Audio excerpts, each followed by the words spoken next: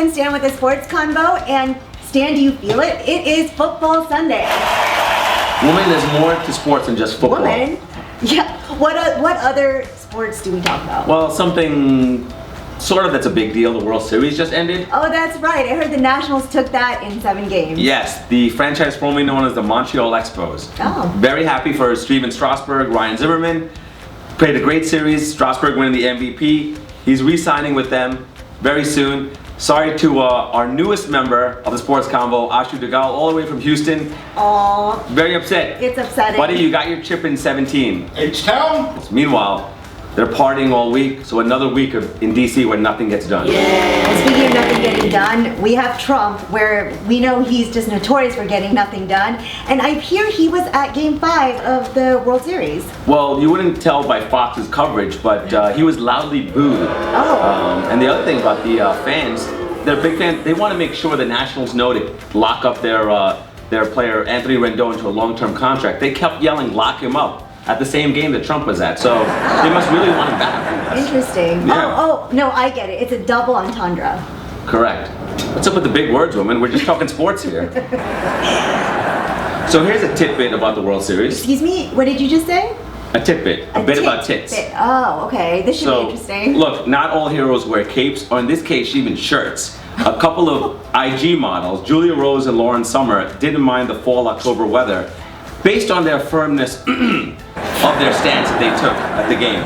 They flashed their boobies, tatas, titties. Titties? For the, however you want to refer to it at home, but they were flashing for the world to see. Rumor was there was a third woman that was involved. Now, really? MLB has banned them from coming back into the into any stadium going forward. Look, and I, as an American citizen, I've watched this footage over 30 times trying to find that third woman. I'll keep watching that film just to make sure I find that culprit. MLB, I'm on it.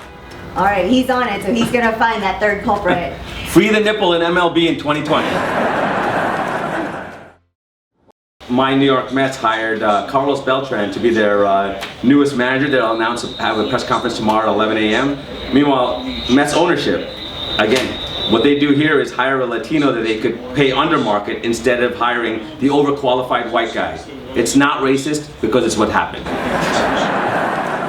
Here at the Sports Convo, we did touch on baseball earlier, and the NBA season has started, so we should throw in a few tidbits about basketball. Tidbits this time. Tidbits. The NBA season has kicked off, and the Clippers are serving notice that they are the team to beat. They already won the first battle of LA, and they'll continue to be a strong team. We'll see how they end up, though, but right now they have served as the best team in the NBA so far. Oh, wow, okay, so they're the team to watch. Right. Meanwhile, Golden State is the team not to watch. I know, they haven't been doing so well in the early part of the NBA season, and they've lost Steph Curry for several months because of his broken hand. So there are other people on the team that are very good, but Steph Curry, come on, let's be honest, he's the one who does most of the work. Exactly. Speaking of falling off, the king, LeBron James, had a hair implant accident over this past week, and Anthony Davis had to let his boy know that his implants fell out. Wow. This guy is never going to be MJ. At least MJ embraced losing his hair, shaved his head,